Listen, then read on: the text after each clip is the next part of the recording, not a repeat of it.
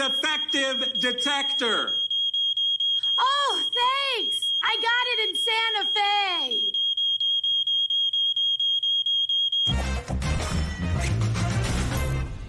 Pete was right. The detectors were defective. Oh, it's calm again. It's important to check your smoke detectors regularly. A broken detector won't protect you. I'm still yelling, aren't I? Yeah. You don't have to put up with any malarkey. Call 888-8-SPARKY. We're gonna win the day, people! Sarah, turkey on wheat. Dan, Maddie, can you fix a bad outlet? Yep. Honey, presentation about a broken light. On it. Busted ceiling fan. We'll take care of it. Great. Jerry, you're on mute. All set? Wow, you guys really do everything. Oh, everything electrical. Yeah, but you actually do everything. Aw, thanks. You don't have to put up with any malarkey. Call 888-8-SPARKY. Problems with my electricity. With our preventative maintenance checkup, you can make small changes now to prevent big problems in the future. You probably already knew that. I did. She did.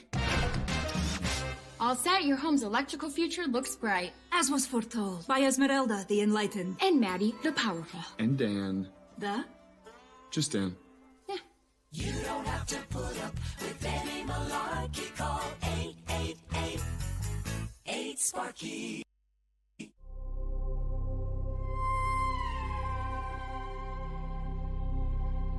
Me, Hal Straup and me decided that we wanted to save the depot. Well, it's a big part of history. Well, I think the railroad was actually basically the upbringing of Cherryville. During the Civil War, this was actually the terminus of the Carolina Central Railroad, because they didn't have enough steel to build all the way down to Rutherfordton.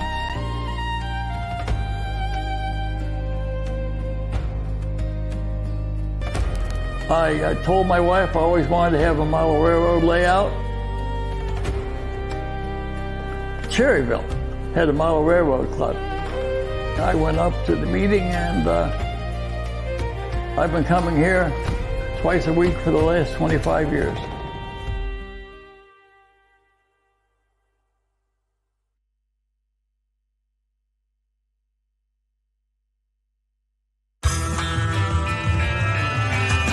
What's on the docket? Code 12, flickering lights. What if it's a ghost this time? It's never a ghost, Pete. Greetings and salutations. Thank you for coming. Please enter. Definitely a ghost. I've seen malarkey like this before. Classic bad wiring. By the book. We got this. Excellent. All set. Oh, so much better. Thank you. See, Pete, no ghosts. Oh, no, this place is totally haunted. See, Jane? There must be a draft in here. I guess maybe Pete was right for once. You don't have to put up with any. Call 888-8-SPARKY. We got a bogey. Man, I'm trying to cook your food. Hey, Bob, what you doing? Oh, hey, there's a little home security. Your new smart home system is installed. Security lights, cameras, and sensors all accessible on your phone. Awesome. Going dark. Please bring me love. He likes to do it all himself, doesn't he?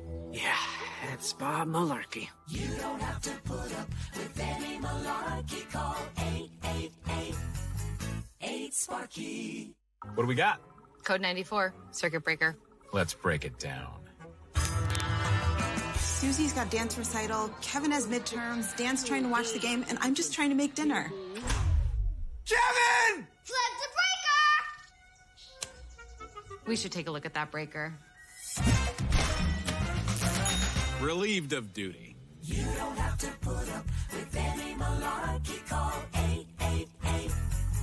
888-8-SPARKY. Quite often there are people they're still here.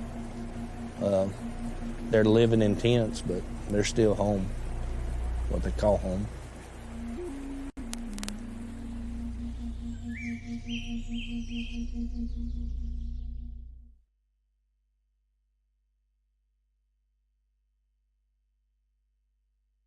Next up. Code 99, smart home installation. Ooh, a smart home. Think what smart homes can do in the future. Like take out the trash, put the kids to bed, or walk your dog for you. Not how it works, Pete. These smart home instructions read like malarkey to me. Don't worry, we'll take care of it. All set. Want to give it a try? Smart home, light. Lights on. Oh, perfect. May I try? Be my guest. Smart home, walk the dog. Walk the dog. Pete, I told you it doesn't work. The future is here. You're such a smart home. Aren't you, smart home, such a good boy? Feed me, please. Give him a treat, Jane. You don't have to put up with any malarkey. Call 888-8-SPARKY. Hi, I'm Rusty Wise with Mr. Sparky by Wise Electric Control. Did you know we hire Charlotte Market?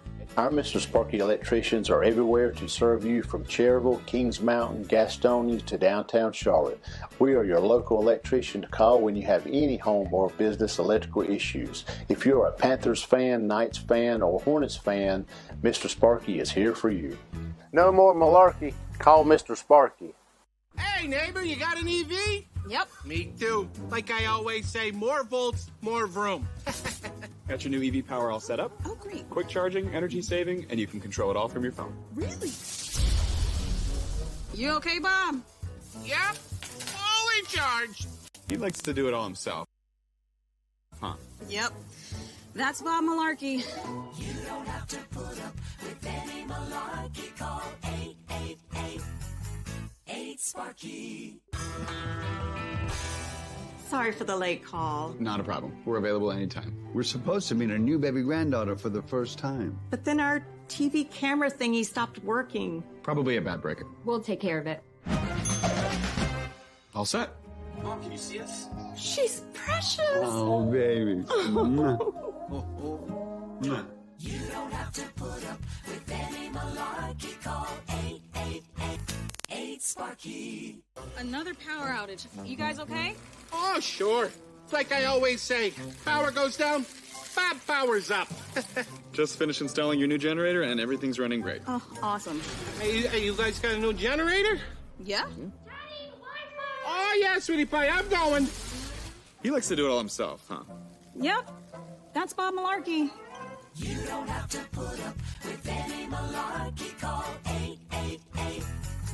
888-8-SPARKY. Sparky 7 to dispatch. We're all wrapped up at the Taylor house. What do you have for us, over? We have an emergency. Code 16. Over. Code 16, smoke detector.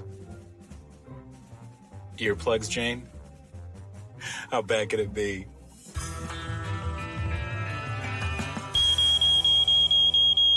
This is malarkey. That's why I called you guys. It's a defective detector. Oh, thanks. I got it in Santa Fe.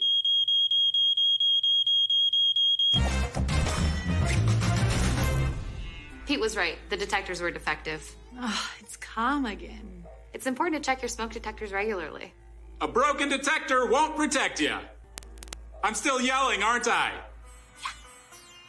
You don't have to put up with any malarkey. Call 888-8-SPARKY.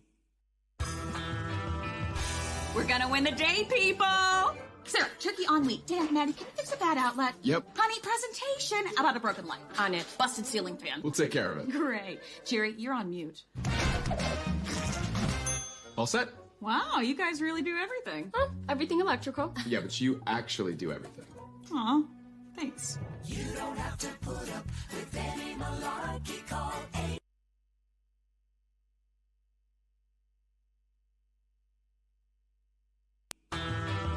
I foresaw problems with my electricity. With our preventative maintenance checkup, you can make small changes now to prevent big problems in the future. You probably already knew that. I did. She did.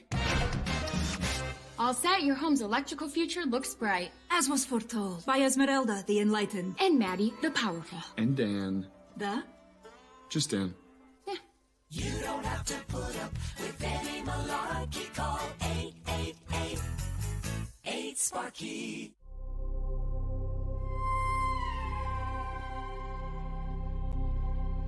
Me and me decided that we wanted to save the depot.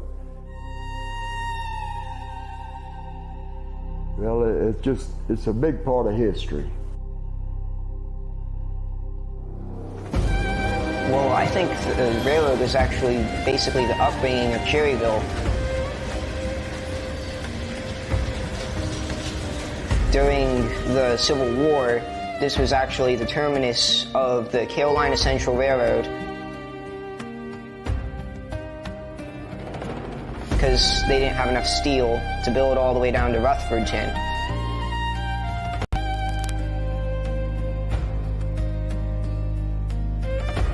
I told my wife I always wanted to have a model railroad layout. Cherryville had a model railroad club. I went up to the meeting, and I've been coming here twice a week for the last 25 years.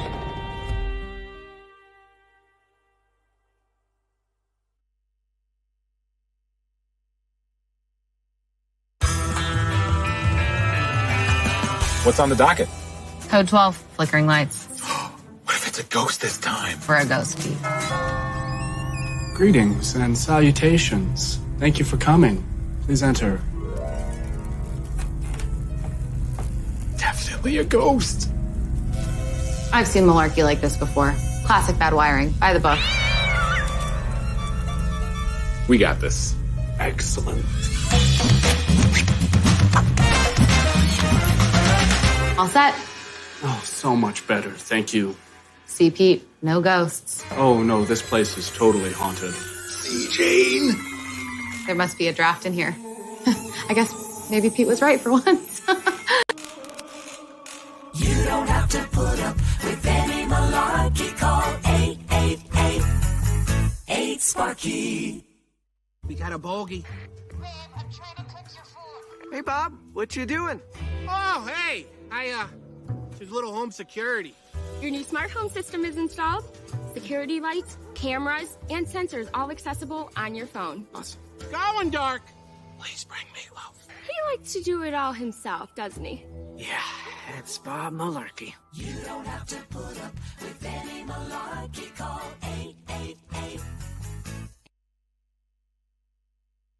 888-8. Code 94, circuit breaker. Let's break it down. Susie's got dance recital, Kevin has midterms, Dan's trying to watch the game, and I'm just trying to make dinner. Kevin! Flip the breaker! We should take a look at that breaker.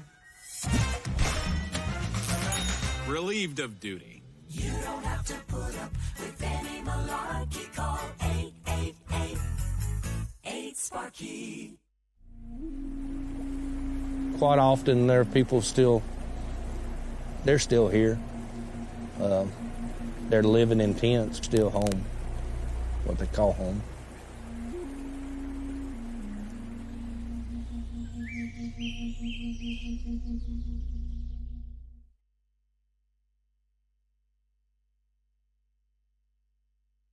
Next up. Code 99, smart home and...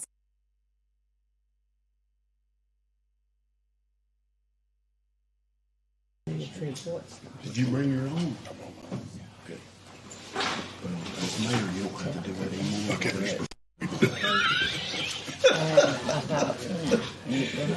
I used to come in early and I'd tear it.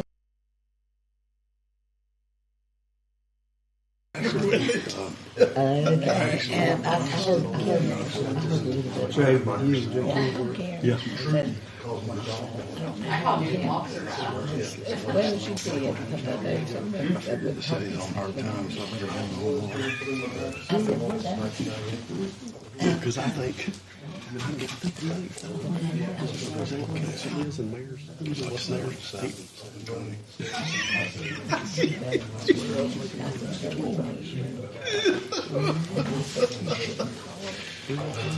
we did get a 5% raise, yes. I really think that's what it is in the last 6 years. I think that's right. I think the entire town got 5%. But this last 10% raise, we weren't included in that. This was just to go through the. But we obviously don't do it. It's already decided. Let's show it. I don't know. Yeah. Because I asked him. Yeah. In your name. John was on there. John wanted to. We need to get to. But he wanted to ask the question. Yes. 2 minutes. He felt it was across 1 minute. It's 6 o'clock.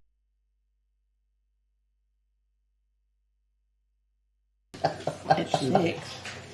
If he counting us down at 6 o'clock. Yeah, it's 6 o'clock. If you want to start it.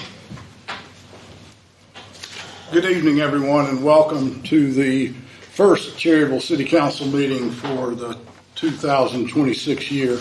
I hope each of you and your families had a very blessed and safe holiday season, and thank you to everyone who is here tonight with us, and also thank you to those that are watching now or perhaps later via the video feed provided by the Wise News Network.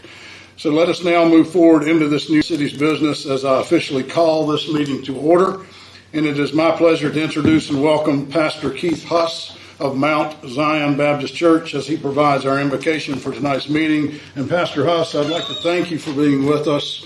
I'd also like to thank you for all that you as a Cherryville minister and the Cherryville ministers do in our churches and the Cherryville Ministerial Association.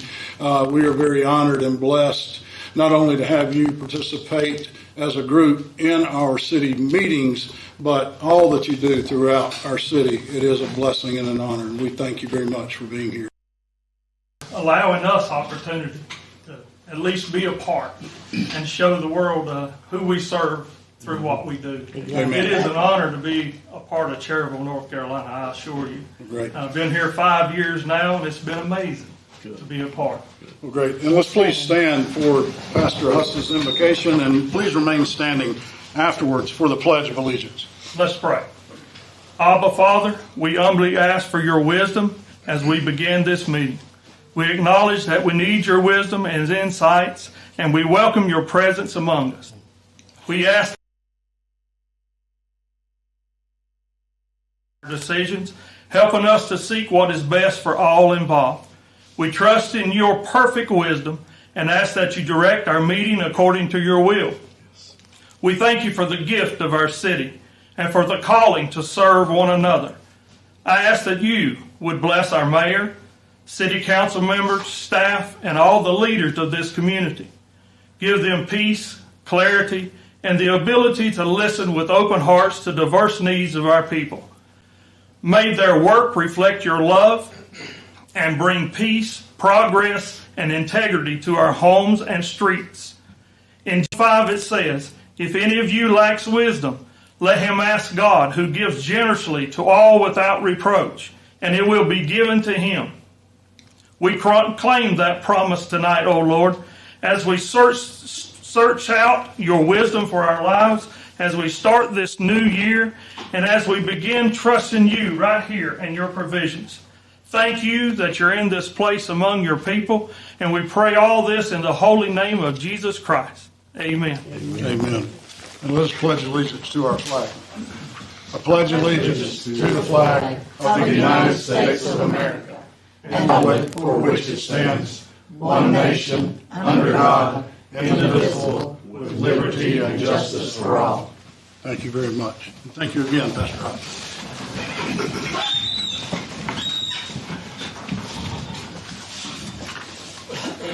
And now for something that's just a little bit different on our agenda. Instead of what formerly was called the mayor's comments, we're now calling it Cherryville News and City Council, Mayor and City Council remarks.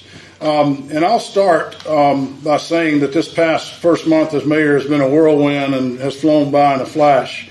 There's been events and around the city, especially during the holiday season, Christmas on Main Street, Whoville, the Cherryville Christmas Parade, just to name a few. And I'd like to thank all of the city staff and volunteers, and especially our emergency services personnel, especially the Cherryville Police Department, for all that they did in making those celebrations such a success. And more so, I want to thank our businesses and the retail establishments and all of our merchants in town. They always so graciously put up with blocking off streets and some of the inconvenience that those events create. But I hope they know that we do those sorts in order to attract people into Cherryville. And I hope that our citizens and our people understand that it's for our hometown businesses that we do those sorts of things. And I certainly want to encourage everyone to stop by and shop local and shop Cherryville. Also, it was great to bring in another new year with a bang, literally, here in Cherryville. The great folks that coordinate and participate in the Cherryville New Year Shooters Group and the traditional New Year Shooters groups.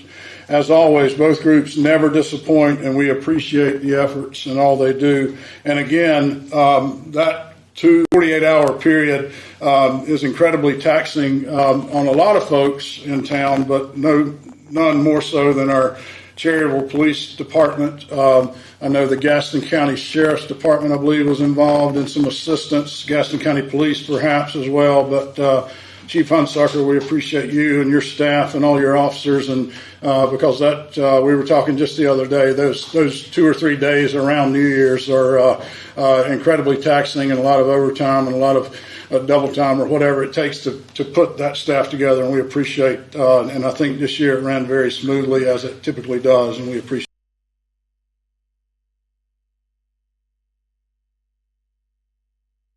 I will mention 2 events that, in particular, that kind of stood out to me over the past couple months, and it kind of bookended the start of my tenure as mayor, and then also kind of culminated today.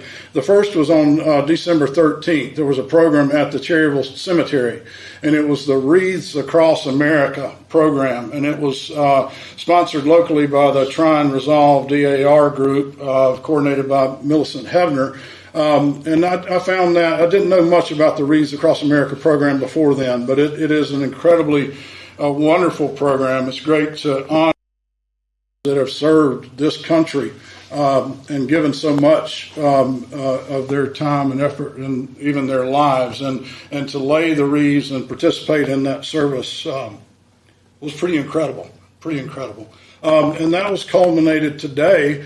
Councilmember Pewitt invited council to attend a service at the really a welcoming celebration at the American Legion. The national president for the American Legion Auxiliary, Pam Ray, out of Springfield, Illinois. The national president, Legion Auxiliary, was here in Cherryville, and it was a wonderful celebration. There was the state commander was there, past state commanders, a lot of dignitaries from the American Legion and the Auxiliary were present, and maybe Councilmember Pewitt will speak to that in just a minute. But that was a very special service, and not more special than 3 young citizens of our town receiving awards from the national president. And one was a Good Deed Award to, I believe it was Claire Harris, for her work in raising money for a couple of children's hospitals over the past year or so.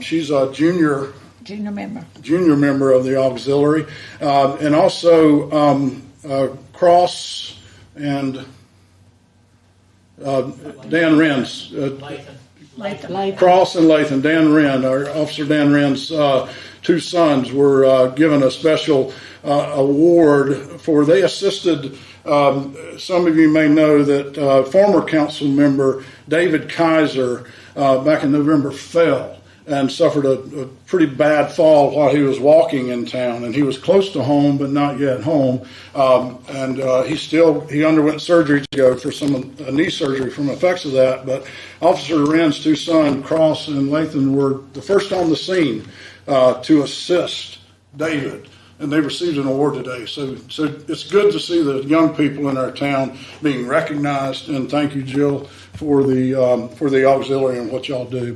But those two events kind of bookend what was just a wonderful holiday season. The two main things that I took away from the season was at some of these events is getting to speak to some of the citizens and knowing that there's a lot of people in this town that really care about this town and care about who we are and what we are, and that's very special. And then getting to know some of the staff and employees that work for the city. I haven't gotten around to meet everybody yet, but I intend to do that very soon. But I have known for some time, but I certainly have seen evidence that we have a wonderful employee base that works for the city of Cherryville, and we're very fortunate in that regard. So that kind of highlights my mayor's comments. There are two things I'd like to mention in particular coming up, or one coming up is this Saturday. The Tractor Supply Store on 1008 East Main Street will be open for business. They actually were open Saturday. I walked through for just will be the grand opening of the Tractor Supply Store. So please support them as you feel led to do so. And also, I hope City Manager Dalton may mention this later in his comments, but we would like to give a special thank you to Gary Dellinger and Dellinger Electric. You may see a new addition to our council chambers, and that is we've gone high tech here now. We have a screen that hopefully when we have meetings and we have maps and things to look at, that everyone present can see what we're looking at up here as a council when we're talking about certain issues. So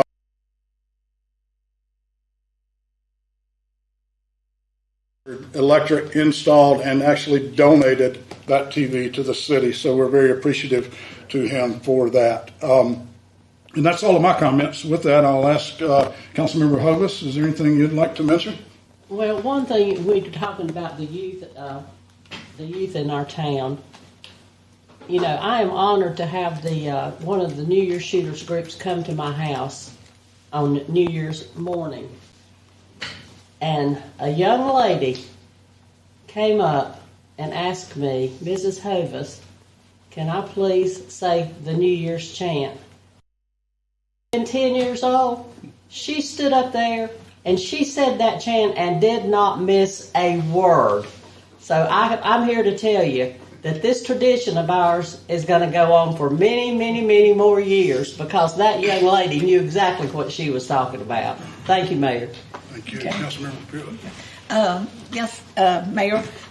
Thank you for your kind words about what we did at 4 o'clock today at the American Legion, and that's just to reiterate some of the comments that came to me after you left was they could not believe the support that our city shows for our American Legion here. And through the American Legion, one of the programs is children and youth, and they said today, this is our future, the ones that we're bringing up today. Having those, the Good Deed Award, the Heroes Award speaks volumes for their parents, the ones that have guided and directed these youth, and to see them step up and take on a role that helped to save some person that was down. And I just can't thank you enough. Thank you for the support. I love what we do in the American leadership for the state, and I do membership for the national level. And I work with this national president that's in here, which I'll be showing her the VA hospital tomorrow here at Asheville, which is ranked #1 in the nation. We have a wonderful hospital there.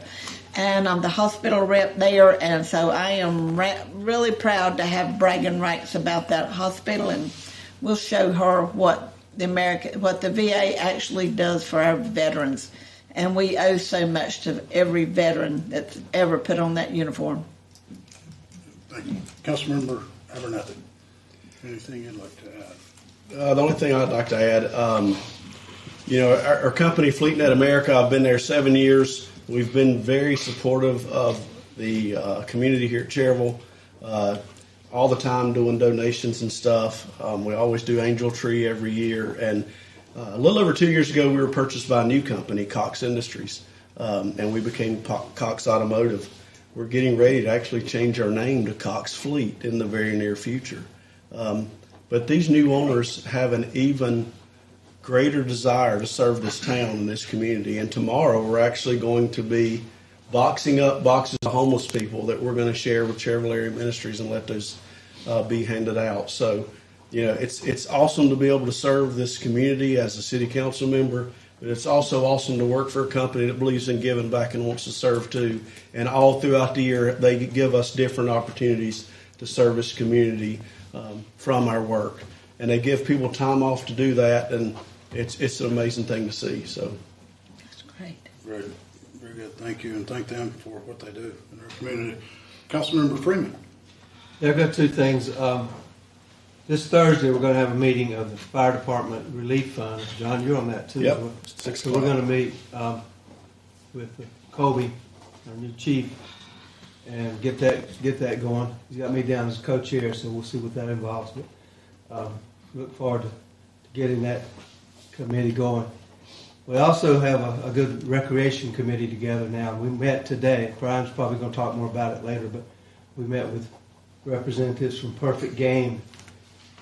They're the ones who are talking about and intending to come here and put on a lot of tournaments over the next year, maybe 40 weekends over the year. We're talking what, 19,000 teams they're involved with? Yes, sir. In the nation, mostly in the southeast. But they're looking to make Cherryville one of the main hubs of that, with Gaffney and also Charlotte. And so they're real excited about coming here. They're going to turf our fields in the Little League for us, not only the infield but the outfield as well. And of course, we've got to work out a contract. Mayor Strapp was asking about that today, so hopefully we'll get a contract pretty soon. We can get it nailed down and actually move forward with that this fall. Anyway. Brian, you're probably going to talk more about that later, aren't you? You pretty much summed it up pretty good. Okay. Thank you, Councilmember Freeman. With that, we will proceed into the business portion of tonight's agenda. And with that, I would ask for council review and a motion to approve tonight's agenda. Make a motion to approve the agenda as presented. Second. Motion is second. Any discussion? All in favor?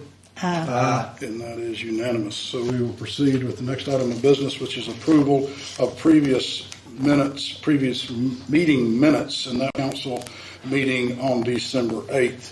In your agenda packets, pages 1 through 11. And we've had time to look at those. Do we have any additions or corrections to those minutes, or do we have a motion to approve? Make a motion we approve the minutes of the December 8th meeting. A motion. Second. And a second. Any discussion? All in favor? Aye. Aye. And those minutes are approved. At this time, we come to our public comment section, and we would ask that anyone that would like to pre-register to do so, and public comment will be held to 3 minutes per person. And at this point, we have one person signed up to speak, Mr. Tom Moss. If you would like to come forward, please, sir.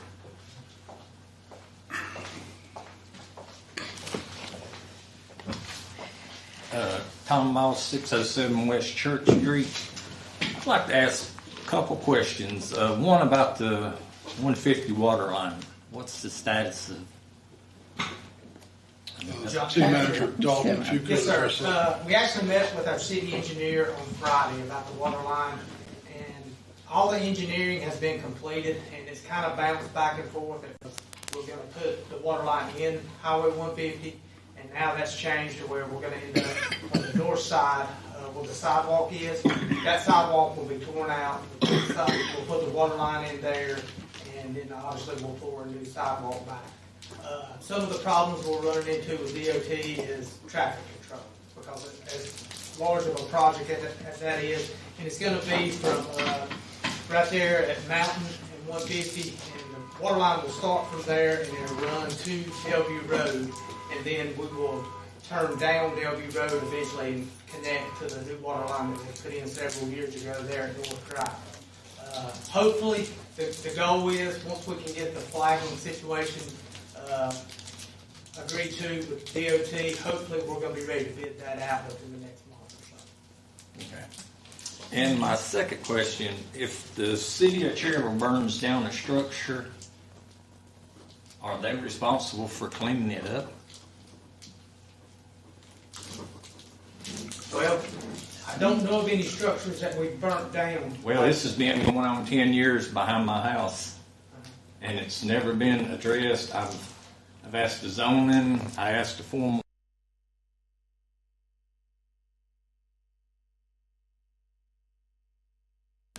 And he stated that the fire department didn't have the manpower or the funds to do it.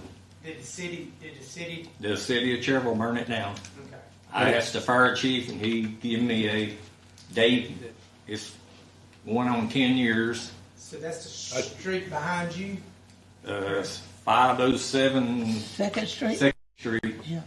It's been going on for years. It's a catch-all now. It's trash behind my house. There's mattresses, recliners, through my nothing. I mean, I've been on this for going on 10 years probably. So I'm straight on what's happened. The city of Cherryville burned it down for practice. A house. And left it. It's never touched it addressed. after that. Okay. And I've asked 3 or 4 times in the past. I will find out. I can't speak to the situation, but I would advise that we get on that immediately. I'll find out. And hopefully Are you responsible for it though? If you burn it down?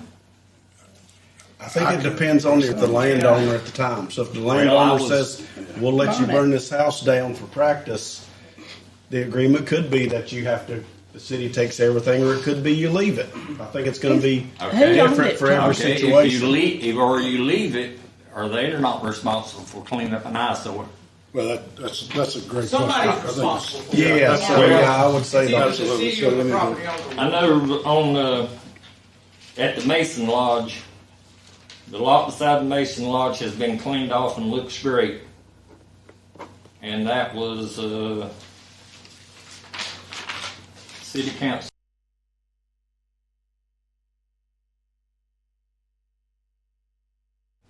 June of 2019. I know you cleaned that one up, and you cleaned up the former law office beside McDonald's where the urgent care is at. City of Cherryville done both of those because I saw their machinery and their equipment there. Kobe, do you have any information on those, or? I would have to go back and look. Okay, I don't all right. With that being that many years back. Yeah. Whose property was it, Tom? Behind you? Who lived there? Malcolm Parker's stepfather. Because I called Gaston County and they said the property tax come from 101 Terrace Drive.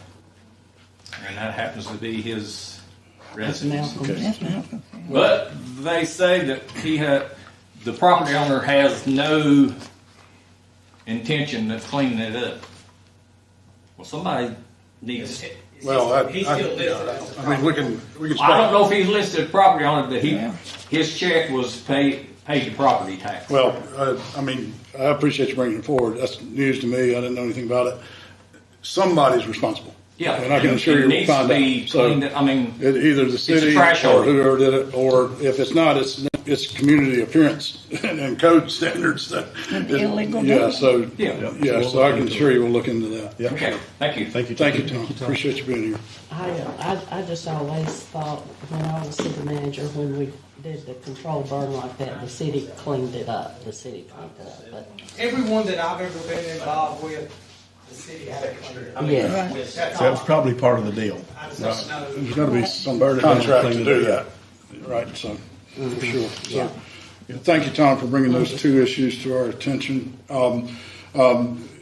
Mr. Moss was the only person signed up, but we certainly don't want one that would like to speak to council. Is there anyone else present that would like to address council with questions or comments?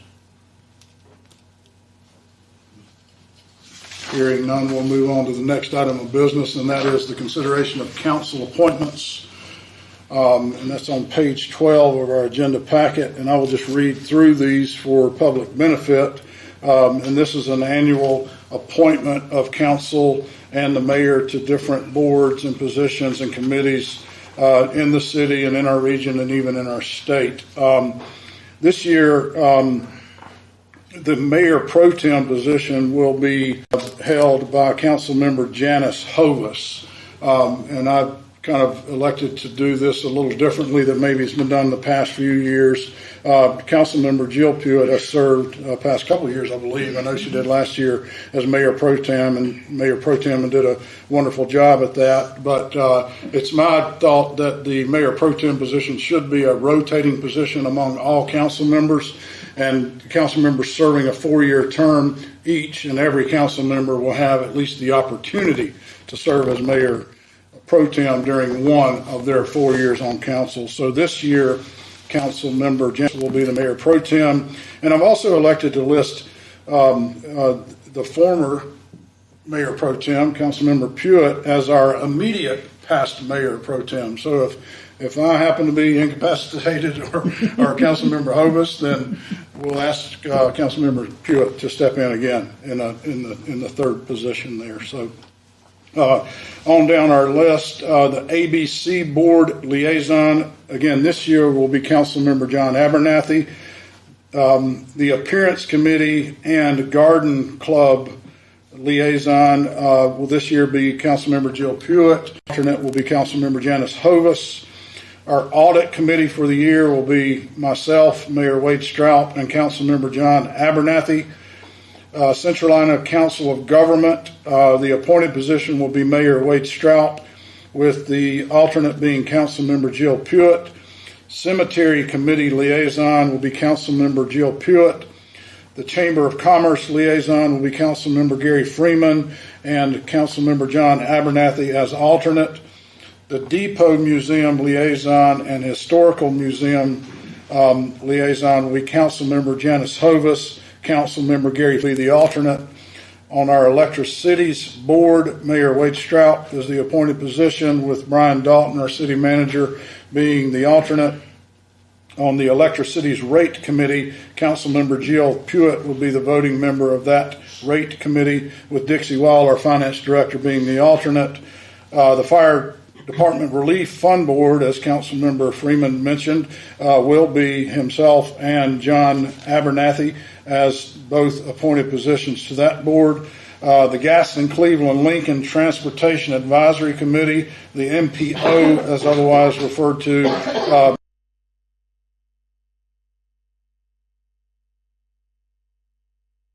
appointed position, with Councilmember Jill Pewitt being the alternate.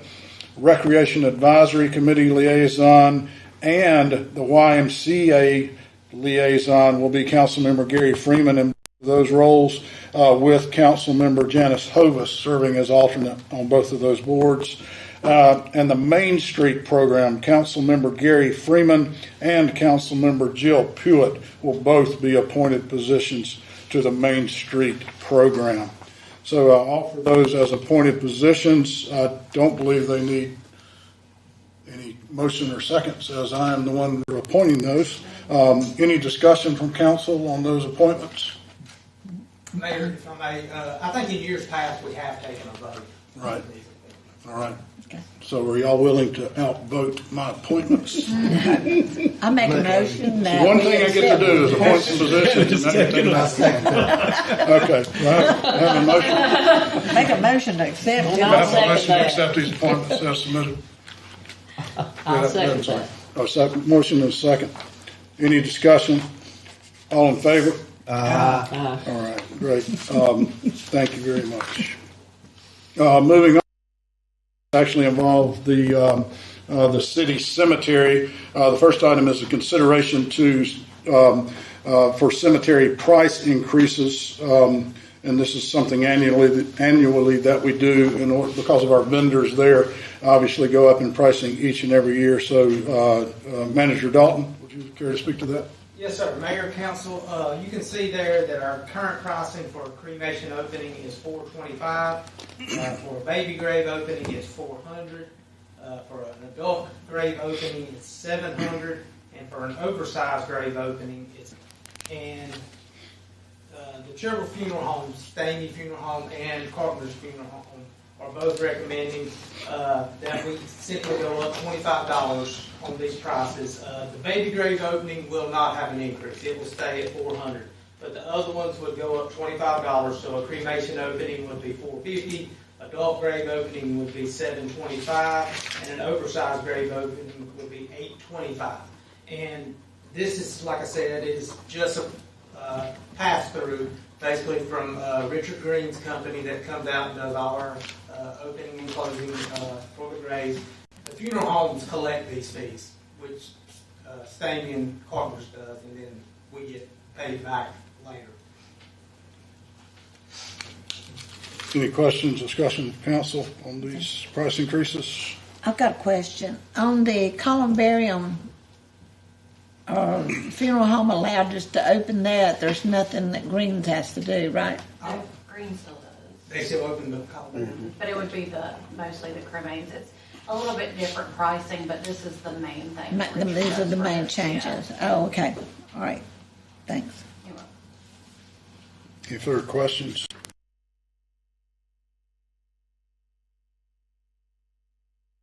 And a motion to accept these price increases for the coming year.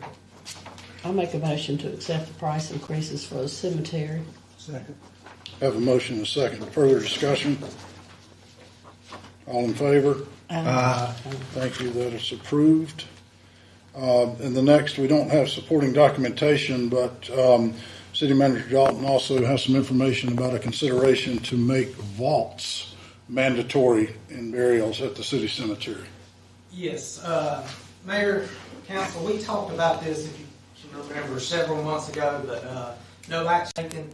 At this point, it looks like we are the only cemetery around that does not require some type of vault for traditional burial. We found one cemetery in Kings Mountain that does not require vaults, but everybody else does require some sort of vault.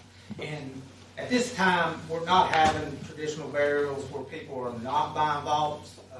I think Mary Beth can attest that since she's been here and the funerals that we've had, everybody has purchased a vault.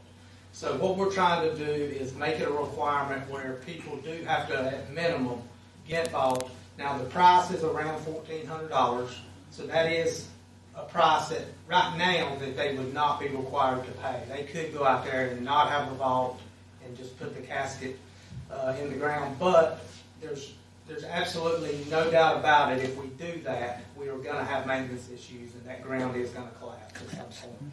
So a meeting was held last week with Richard Green, Scott Garrett from Carpenter's Funeral Home, Pete Kraft, Chris King from the city of Cherryville, Mayor Strapp was there, and all of those individuals recommend that we do require a so we would ask that the council consider making a requirement for a vault. And like I said, it's just a cement vault that they would have to have. Yeah, and I would add, in that meeting it came to light, and I was unaware that there are actually different types of vaults, different materials of construction. And they, Pete and Scott and Richard were all in agreement and wholeheartedly behind requiring a vault, but requiring a vault of cement construction or better, because apparently there are some poly, plastic, maybe eco-friendly type vaults that they say are really a little more cumbersome and difficult to handle and deal with and create problems that a normal standard concrete or better vault does not. So I would think our policy would be that it does reflect that it's concrete or better, correct, not just any vault. Correct. You have questions, council, on this? No. Well, I think we should. Yeah, if hearing no questions, I'll entertain a motion to consider, or excuse me, to approve making vaults of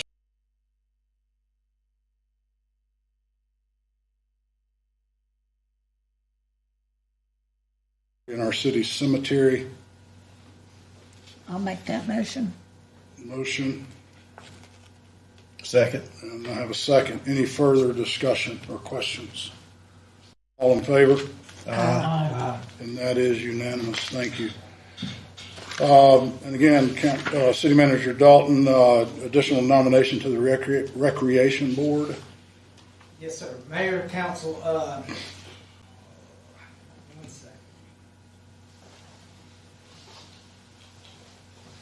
We have had only so far with the newly created Cherryville Recreation Committee. As you all know, Christopher Parrish come from the Little League Board onto the Recreation Board. So he's basically on he is on our Cherryville Recreation Committee, but he's the liaison for Little League Baseball. So we have really created the same type of situation with Dixie Softball. So we have spoken to them, and they have recommended Lacey Brandon come to the Cherryville Recreation Committee Board, and she will be the liaison for Dixie Youth Softball. So I asked it. All right. We've heard that. Any questions? If not, we'll entertain a motion to appoint Lacey Branham to the Recreation Board. I make a motion that we approve. I have a motion. I'll take that as a second. Oh, that'll be great. Okay. Any further questions? All in favor? Aye. And Lacey Branham is appointed to the Recreation Board. Thank you very much. And now we're looking at agenda page 14, and this is a 2026 legislative agenda addressing three. In the City of Cherryville's legislative agenda is the City Council's request of the North Carolina General Assembly. The Council has prioritized requests to the legislature as addressing key city issues, including street infrastructure, services, and economic development. And with that, to explain and talk about these three items that we have prioritized, again, City Manager Dalton. Yes, sir. Mayor, council, you can see there the first item that I have listed in the legislative agenda is the POW bill. As you all know, the POW bill is what we use to try to maintain our roads and sidewalks within the city limits.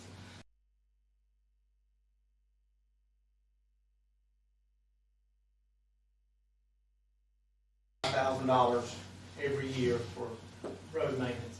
Obviously, that is not very much when you consider how much we're trying to do. There are a lot of municipalities that have got on board with the legislative agenda, and they're requesting that POW bill be raised by 20%. So currently, we receive around $225,000. So we can push that to get that up to around the $240, $250 range. We would like to see if we could make that recommendation, and I feel like there's a lot of support from other municipalities, and hopefully if we can keep adding to that, we can get the state legislators to see that we need some more help with the POW bill funds. Currently there's $18.6 million statewide that's given out. This is from the gas tax, of course.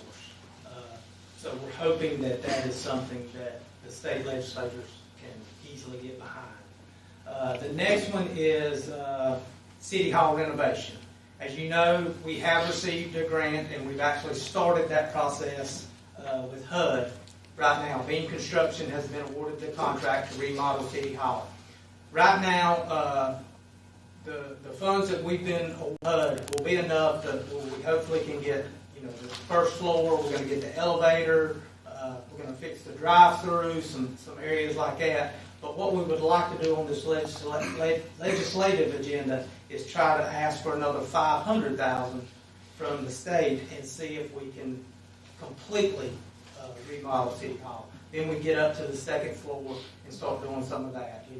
We do more with the parking lot, whatever it might be, and we use these funds to get City Hall completely remodeled, and not just the $810,000 that we have coming from HUD, the HUD grant.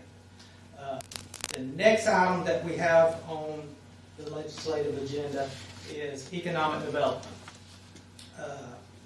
And what this is under General Statute 160A-58.1. Petition for annexation standards, subsection B5, the City of Cherryville requests to be added to the list of municipalities that subsection B5 does not apply. And basically what that is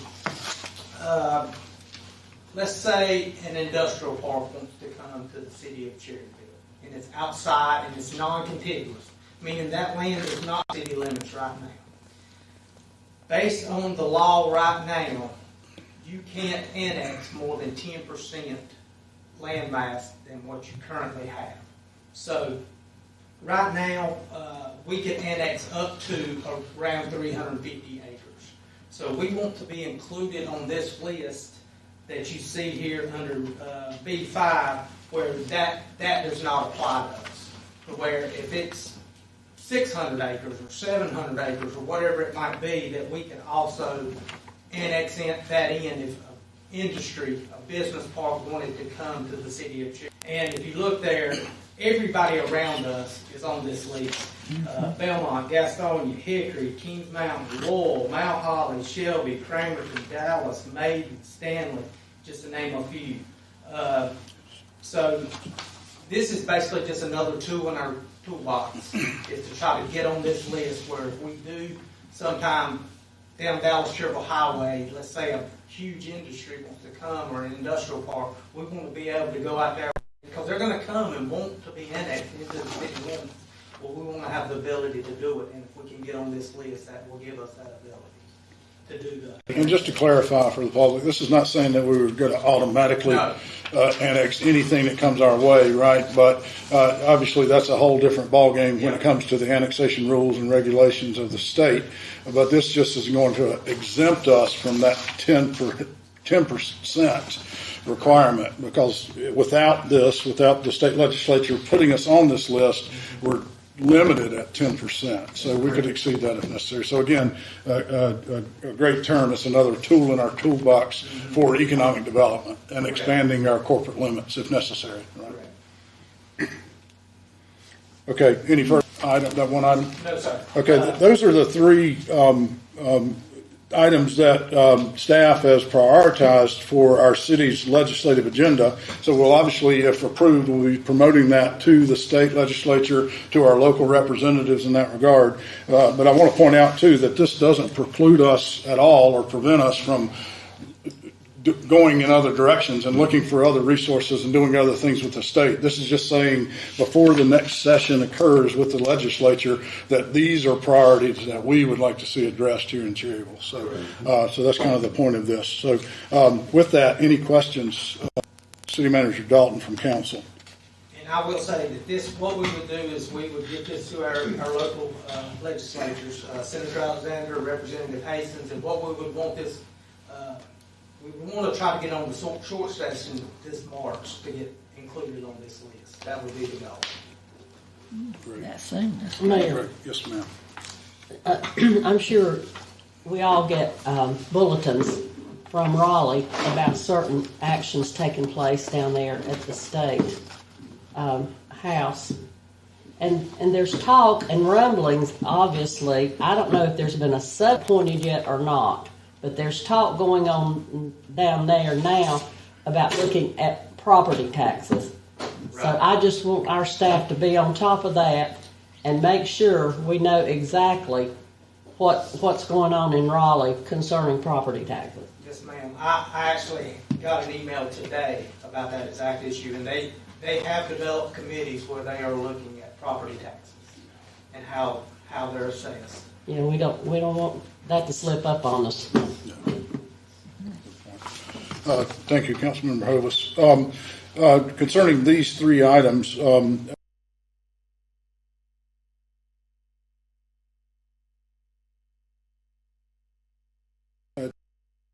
one motion to approve all three of these as priorities, or if council has a particular concern about one, we can separate one from another. So I'll entertain thoughts or a motion in that regard at this time. I think it looks good. I mean, these are things that we need to be on top of, and I think it's great that, Brian, you've gotten this looked at, and I'm in favor of doing it. All three of them. Okay. I'll make a motion to that effect. Okay. Motion from Councilmember Hovis to that effect.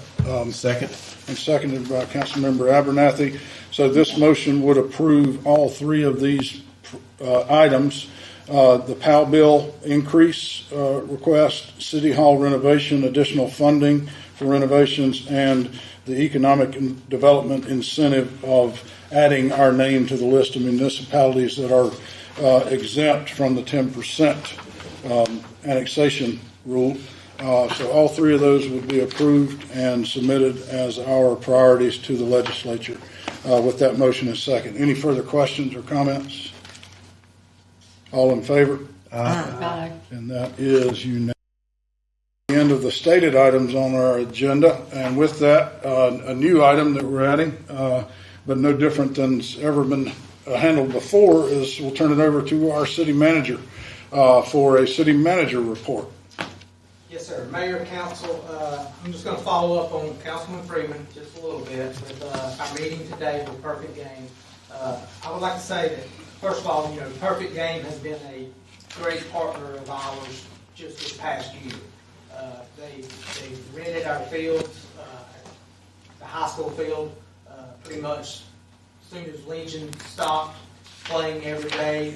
They rented the field for the next 3 or 4 months and brought in a lot of revenue to the town. If you talk to any restaurants, they'll tell you, we have people from Pittsburgh, as far as Pittsburgh here, playing baseball on the weekends. So they've already been a good partner.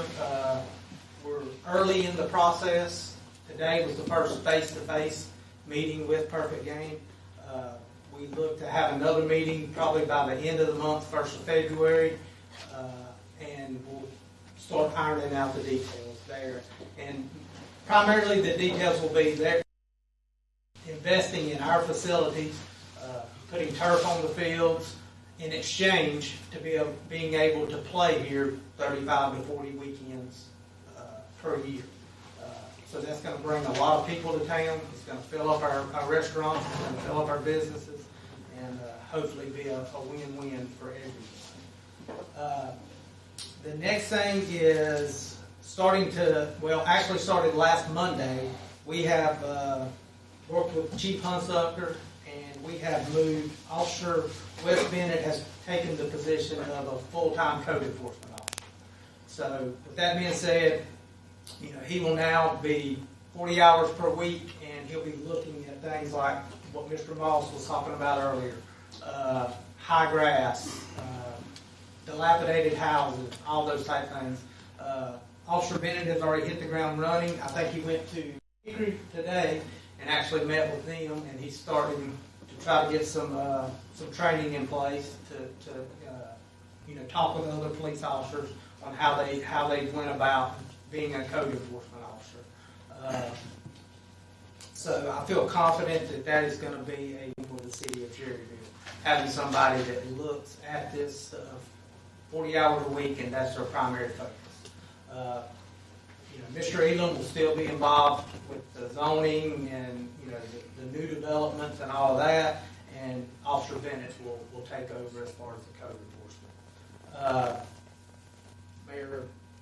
Mayor Strapp already mentioned Tractor Supply did open. Before you move on with that, I'd like to applaud staff for making that decision. You and Chief Hunsucker for allowing Wes to move over into that position. That's one thing that I think we've needed here for a long time is full-time and uniformed law enforcement, code enforcement. So, there's just a myriad of things that need to be addressed in that regard, and I know it's going to take some time to get up and running, and all of us to get educated on that, and especially Officer Bennett. But I think that's going to be a game changer as far as the look and the appearance and things going on in and around the city with him in that position. Okay. I definitely agree. I have a question. Yes, ma'am. Well, it's not really a question.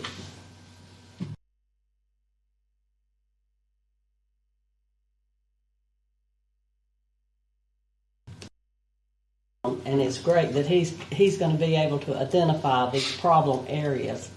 But beyond that, as far as removing the problem, how is that going to work as far as the communications?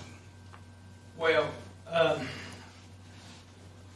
answer your question, I guess the best as possible, Officer Bennett has already reached out to Gastonia and talked to them. He's already reached out and talked to the district attorney's office as well. Because obviously these are ordinances that can be charged as a criminal charge. But obviously that's not what our goal is. Right. The goal is to get compliance and to work with individuals to clean up whatever it is that needs to be cleaned up. But that will be something that he will have the ability to do is, let's say he can't get compliance. You know, we've done everything we can do civilly by sending letters or civil fines, then it will go to that next step where they could be charged in state court. Okay. All right. Good. He'll have the ability to fine landowners. We could possibly end up placing liens on property. So there are without complying. But I do feel that having a certified police officer in this position, I believe we're gonna get a lot better communication and compliance with. Yeah, that's the key is having that full time, but also having a uniformed officer in that position carries so much more weight. But I talked to Officer Bennett the other day, and the two things that I think that we have to have is one thing is communication. We just have to communicate because there's laws on our books that the first warning is a letter or maybe a phone call. Time to do these things, but we're not doing those things, so we have to communicate. We have to do it. We have to send out those notices. And the second thing is consistency, because if there's one thing that drives me crazy is seeing us call hold one accountable. And Mr. Moss brought it up just earlier. If we burn down, he knows of 2 houses we burned down and they're clean and grassed and they look beautiful today. But there's one sitting over there that we haven't even touched. So consistency on anything that we do has got to be, that's paramount. Exactly. Yeah, Chief Hunter. So one thing we're also doing with that, there'll be a new email that citizens can get on the city website, the police department website. It'll go straight to Officer Bennett. It will also go to myself, Major Wren, and I'm probably going to have it forward to the city manager as well. That way, when they make a complaint, say if Officer Bennett doesn't follow up on it or whatever, myself or Major Wren will know that complaint came in. So there'll be a lot more visibility. I guess, physical responsibility, I guess you could say.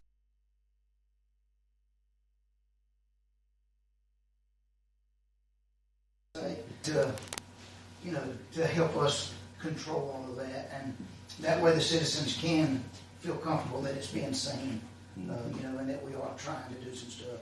That whole side of that code enforcement is a time-consuming process. Mm-hmm. It's not a get it done today. Yeah. There's a lot of talking to different people and going different routes. So this training that he's going to with Hickory PD or Hickory Police Department, they have probably one of the best units anywhere in the state. So we've sent him up there. He's gained a lot of knowledge just today alone on things that they use, things that they do, and the way. So it's going to be I think for the city, it's going to be a big changer, a big bang for the buck. I think it's great, and I think you told me, Chief, that Hickory has 7 sworn police officers that do code enforcement. They actually have 3 sworn. I think it's 3 sworn police officers, and the rest of them are non-sworn. Okay, but it's just for. But they still have 7 people working on that, 3 of which are officers. That's great. I think it's. Thank you so much. That is exactly answers my concern. That answers my concern. And I think it'd be great that we've got that one person, that one point of contact, because with that company we had before, and our citizens don't understand that it can't happen overnight. It's going to be cut tomorrow. There's a process, and you have to go through that process, or you violate the rights of the landowner. Mm-hmm. So to have that one point of contact that's going to be able to answer those questions is going to be awesome. Yes, I'm excited for it. Chief, if he's going out into a questionable situation, will a backup roll with him? Yes, sir. So basically, he's still in uniform. His uniform will be slightly different than what we wear on a normal day to day. He'll be in probably a tan colored pant and a polo shirt. Still says Cherryville Police. He still has a badge. Still carrying a radio. Every time he goes out into the community, he calls into our dispatch. He tells them, I'm out at such and such residence. Reference code enforcement. That way we have a document in our CAD system for each time he goes out. So if the city manager calls me and says, hey, why hadn't Wes looked at that? I go look at our CAD system, and I say, well, he did. On this day at this time, he was there, and then on this day, and this day, he also went to that same residence. So there's a lot of documentation going into it so that we can prove what we're doing and show, that this is very effective. And keep him safe. Contact, he can call, and our guys will go. So. Okay. Good. Thank you. And I think there is a learning curve, so it's not like he's going to be out hitting the streets tomorrow, finding people, doing things. And that to that point, I had a question this week from a business owner in town that heard that this was happening, and I think we're all in agreement that the effective date of the starting to enforce is going to be down the road a little bit, and there's going to be plenty of communication about this before we go out and just start handing out fines left and right. That's fine.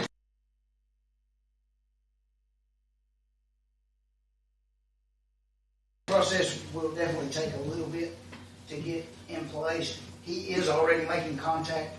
I think last week alone he made about 20 contacts with different residences. So sure. I mean he's hit the ground running, as Brian said earlier.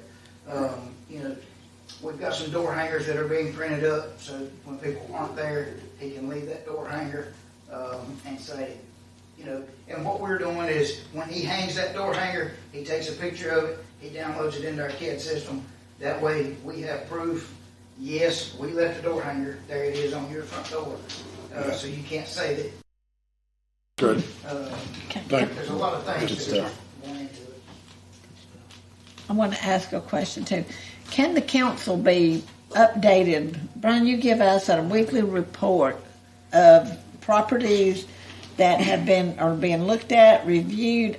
I know I get a lot of complaints, and I don't know about y'all, and I don't know who's been, because it is a process, and I've tried to tell people, you've got to get letters to them, you've got to give them so many days.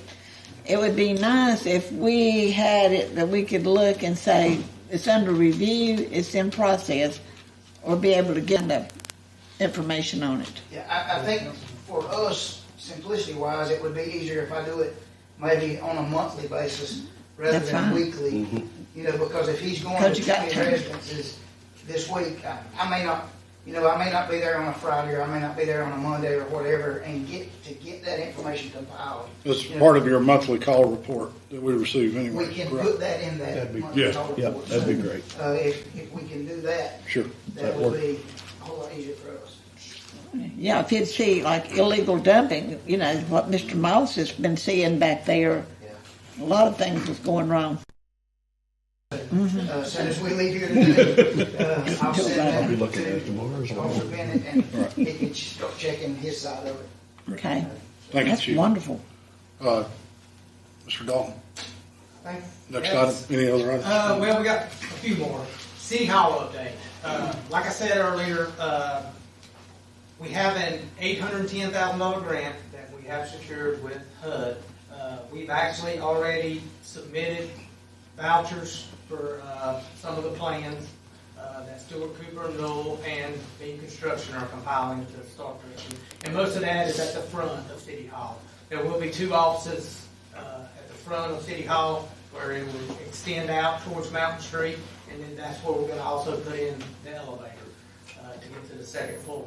The biggest thing right now is I talked to Susie Lewis last week. She is looking and trying to get some pricing for flooring and painting, and what we're going to probably try to do is start at the back door, because that's mostly just flooring, painting, all the way there throughout the lobby. So we'll probably try to get that started in the next month.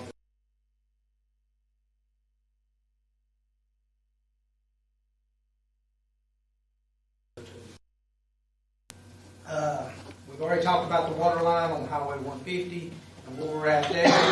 Other thing that I want to update you on is when I met with Riesel Wright last week is the force main at our Ballard pump station. We probably will we have a 200 horsepower pump that we've been waiting on for a while now, but probably within the next month we're going to have that pump installed at that pump station. But as you know, the force main is looking being replaced from all the way from Ballard Pump Station all the way to Tanger. But we're going to try to get from the pump station to Old Post Road up there replaced very soon. So Riesel said that he's probably within a month of bidding this out as well. So they're trying to just figure out how they're going to attach the new force main once the new pump gets in. So hopefully we get those completed. The grant that we've been using to do most of our sewer projects, we're coming to a completion there. They've been working on a new bar screen, and that will, after that, will complete that very end of the project with that grant. And that's the $1.6 million that we got from the state here a few years ago. All of our lift stations have been redone. Keystone, Ballard, all of those have been redone over the past year with those funds, and that's, like I said, coming to a completion.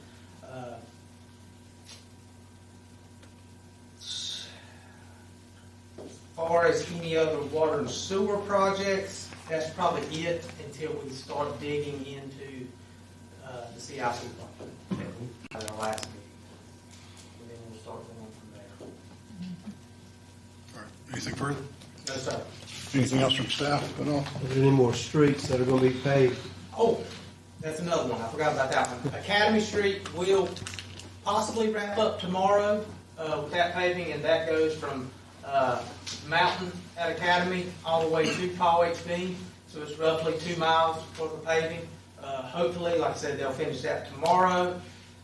After that, we should have around $100,000 left that we had budgeted this year for paving, so we will try to identify a couple small roads and try to get those done in the next couple of months as well. Very good. Any other questions of City Manager? I have a question. Yes, ma'am. I have a question about Perfect Game. It's always been, my concern that our city recreation programs cannot be affected negatively by this agreement. However, if there would be a conflict, say on the weekend, a conflict with one of our city functions, will that be in the contract? Who gets priority, Perfect Game or the city? That's going to be in the contract.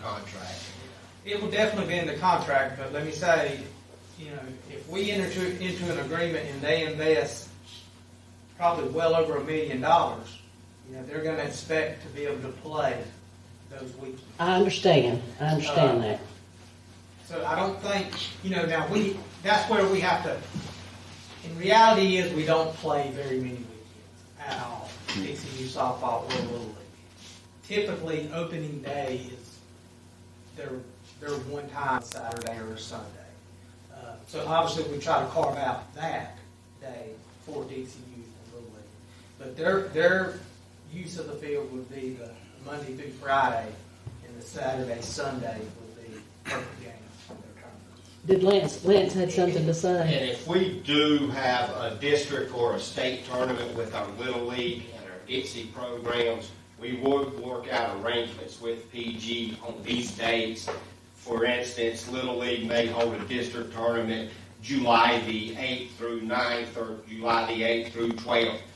They will know these dates when we plan on having something that may run into the weekend. So they will know of that, and they will know that, the recreation programs come first on that field or something like that. We're looking at maybe 2 times out of the year for something like that if we're hosting it here in Cherryville. Okay, let's just keep those communications going. And that's one good thing with us that shows that we care about our Dixie and Little League programs by adding Lacey and Christopher Parrish to our recreation board.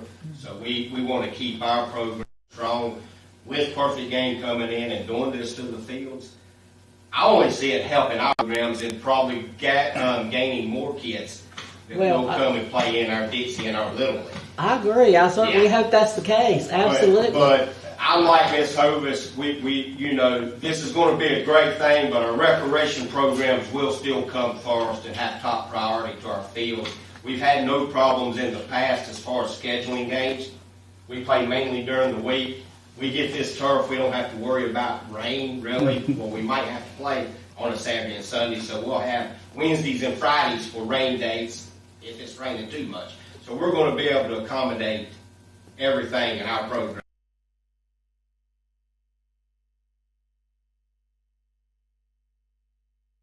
Well, with that formed recreation commission, that's going to help a lot. It's going to help a lot. That's going to help a lot. And they meet once a month. Do they meet once a month? They meet once every other month. We've got a meeting coming up tomorrow night at City Hall. I'll send an email out. So okay. Our January meeting. We did meet in December to get it started, but then we will start meeting every other month. Okay, thank you, Lance and Brian. Thank you. I'll say today in the meeting that we had, the representatives, Dominique and Andy, the two main guys, they were really in support. They realized that that's where their players come from. Mm-hmm. That Those sounds players get good. developed and they move up to travel ball. That sounds good. Thank you very much. Yeah, I thought it was a very productive meeting today, and Mr. Hudson and Mr. Dalton, they obviously have established, and Mr. Freeman as well, established a good relationship with Perfect Game. And I think, the opportunity and the possibilities are phenomenal there for Cherryville. Yes. But to your point, and I think all of our concern is the devil's in the details, right? Mm-hmm. So when we get those details, when we get things in writing, when we get then there'll be a lot of time for sifting through those details and making sure that our recreation program comes first, and then hopefully all this is just going to benefit us even more. And what we also have to always keep in mind is when they come in, and today he said, we're looking at coming in and turfing 3 fields completely. Infield, outfield, everything. So when they come in here and do that, not only do we have baseball and softball fields, but we have fields now to play flag football, we have fields for youth soccer, we have fields for a lot of different things. When because baseball does stop in softball at some point, then we have those during the week that we can also have those programs that we otherwise haven't been able to have. Sounds good. Thank you very much. There's a lot of good positives about that. Yes. Anything else? Any other questions of staff or City Manager Dalton? Good. With that, we'll entertain any other business that we have before us this evening. Council? Staff? With that, and I cannot believe I held it to almost an hour. What happened last time? I'll make a motion to adjourn. Motion to adjourn. Second. A second, all in favor? Motion adjourned. Thank you. This is the shortest meeting we've ever had with you as mayor.